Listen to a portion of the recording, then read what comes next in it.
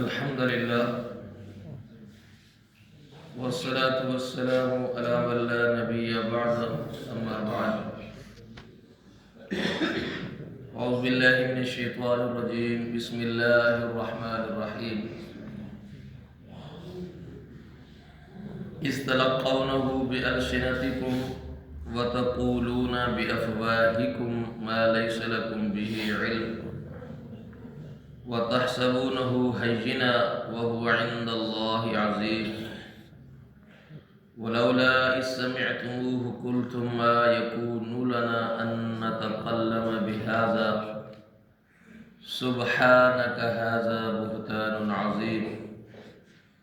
يعظكم الله أن تعودوا لمثله أبدا إن كنتم مؤمنين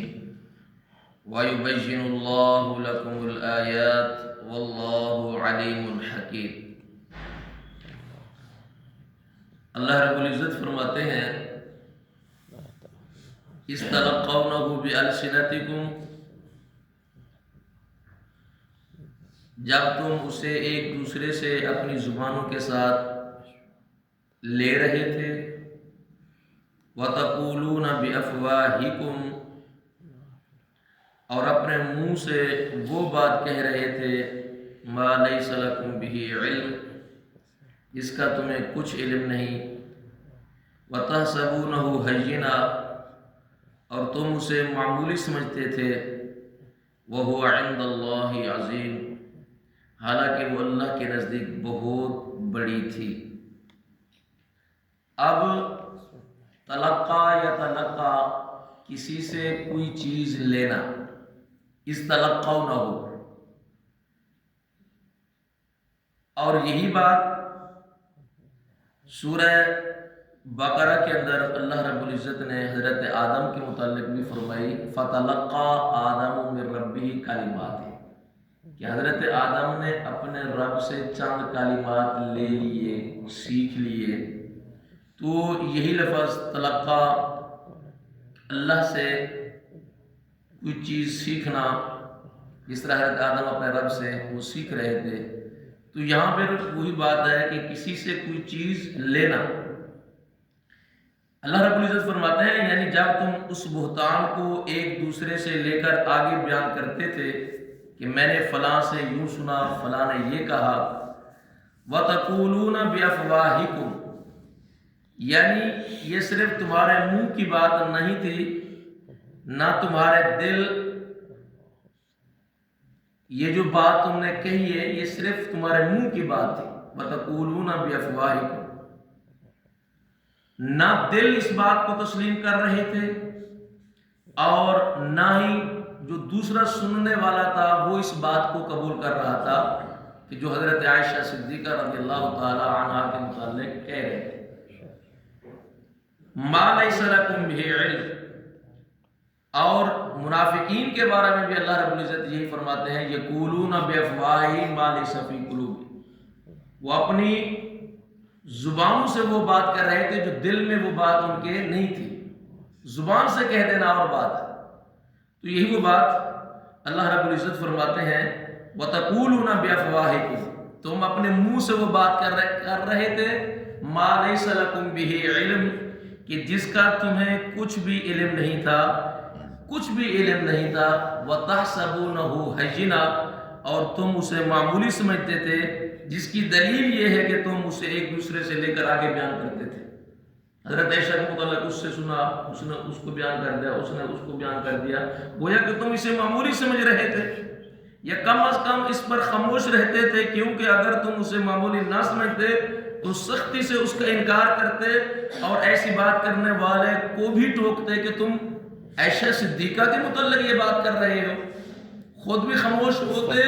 اور جو اس طرح کی بات کرتا اس کو بھی ٹوکتے۔ اللہ فرماتے ہیں وَهُوَ عِندَ اللَّهِ عَظِيمٌ، حالانکہ بہتان کسی پر بھی ہو یہ کوئی معمولی گناہ نہیں ہوتا۔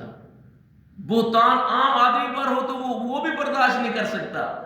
کہ کسی عام انسان پر کوئی بہتان لگایا جائے تو اس پر کیا گزرتی ہے، تو یہ تو وہ خاندان نبوت ہے، تو جب وہ ام المؤمنین صدیقہ کائنات ام عائشہ صدیقہ رضی اللہ تعالی عنہا پر ہو، جو تمام مومنوں کی ماں ہو اور سید الانبیاء کی بیوی ہو اور عفیفہ کائنات ہو، اس کے متعلق اس طرح کا بہتان لگانا، جب عام کسی پر ہم بہتان نہیں لگا سکتے تو ایسی شخصیت کے اوپر بات کرنا یہ بہت بڑا کبیرہ گناہ تھا۔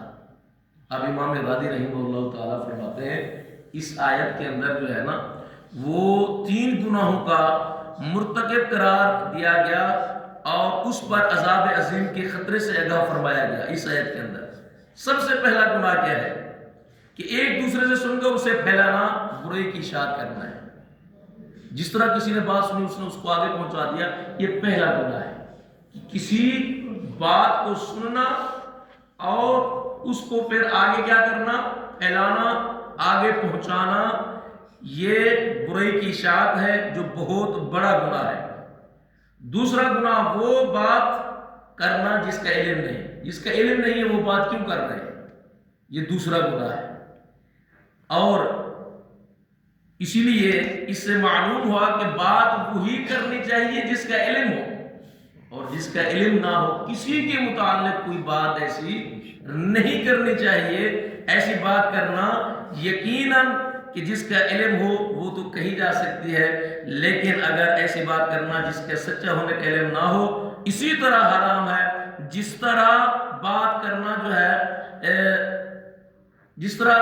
جھوٹی بات جو ہے وہ حرام ہے، اسی طرح وہ بات کرنا بھی حرام ہے جس کا علم نہ ہو۔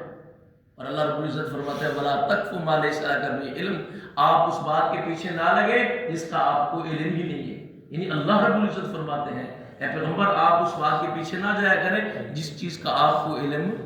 نہ ہو، اس کے بعد آپ جایا ہی نہ کریں۔ اور اسی طریقے سے نبی علیہ السلام نے فرمایا کفا بالمرء اثما یا کفا بالمرء کاذبا ان یحدث بکل ما سمع، کہ انسان کے جھوٹا ہونے کے لیے یہی بات کافی ہے کہ وہ ہر سنی سنائی بات کو آگے پہنچائے۔ اور آج ہم میں سے کتنے لوگ ہوتے ہیں جو بات جیسے بھی آتی ہے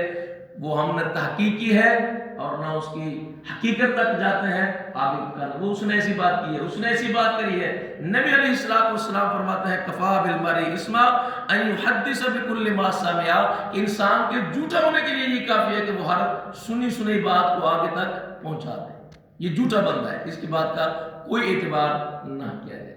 اسی لیے میرے بھائیوں نبی علیہ السلام نے فرمایا کہ ان العبد لا يتكلم بالكلمة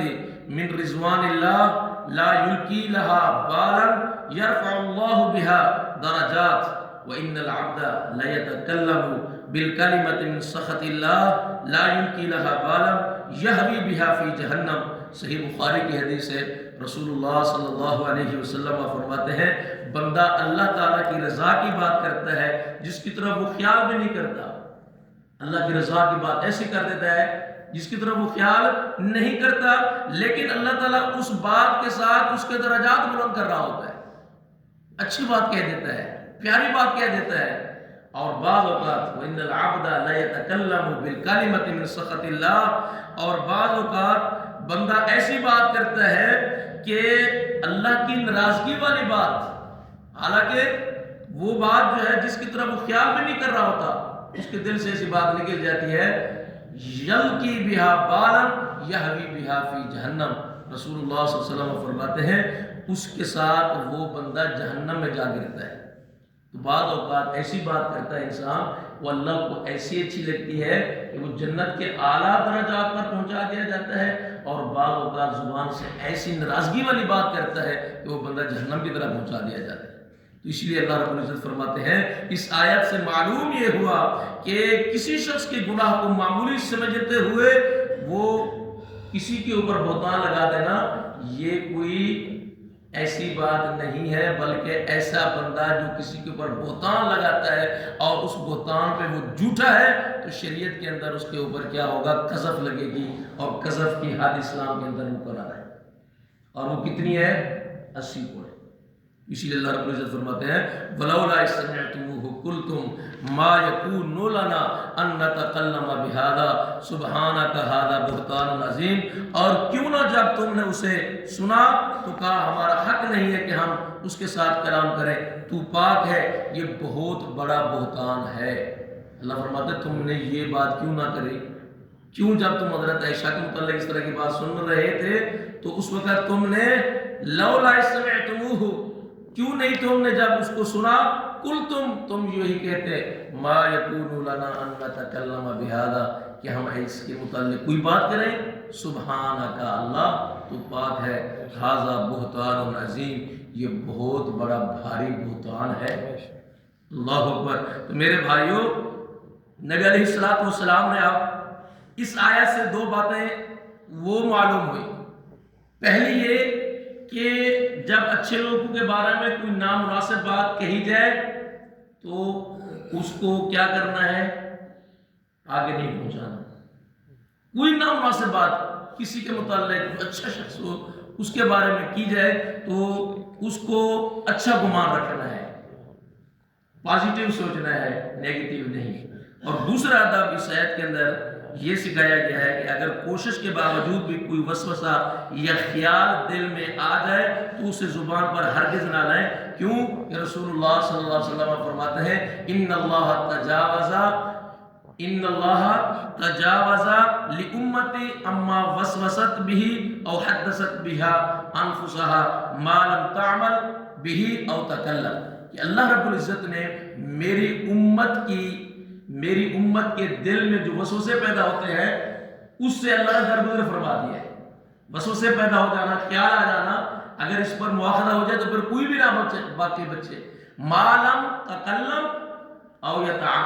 یعمل، جب تک وہ عملی طور پر وہ خود کام نہ کرے یا لوگوں کو نہ کہے اس وقت تک اللہ رب العزت اس کا مواخذہ نہیں کریں گے۔ دل میں بات آ گئی تو دل میں ہی رہنے دے، اگر اس نے زبان سے کہہ دی یا پھر قول سے یا کسی کو آگے پہنچا دی تو پھر اس کا مواخذہ ہوگا، اللہ رب العزت اس پر اس کی پکڑ کرے گی۔ یعظکم اللہ ان تعودوا لمثلہ، اللہ تمہیں واعظ کرتا ہے ان تعودوا لمثلہ کہ تم دوبارہ ایسا کوئی کام کرو، کبھی بھی ایسا دوبارہ تم نے کام نہیں کرنا، ان کنتم مؤمنین، اگر تم مومن ہو۔ وَيُبَيِّنُ اللَّهُ لَكُمُ الْآيَاتِ، اور اللہ تمہارے لیے آیتوں کو واضح بیان کرتا ہے۔ واللہ علیم حکیم، اور اللہ تعالیٰ جاننے والے، حکمت والے ہیں۔ اللہ رب العزت سے دعا ہے اللہ رب العزت ہم سب کو نیک عمل کرنے کی توفیق عطا فرمائے اور شرک سے بدعات سے محفوظ فرمائے، خاتمہ ایمان بالخیر پہ فرمائے۔ وآخر دعوانا ان الحمد للہ رب العالمین۔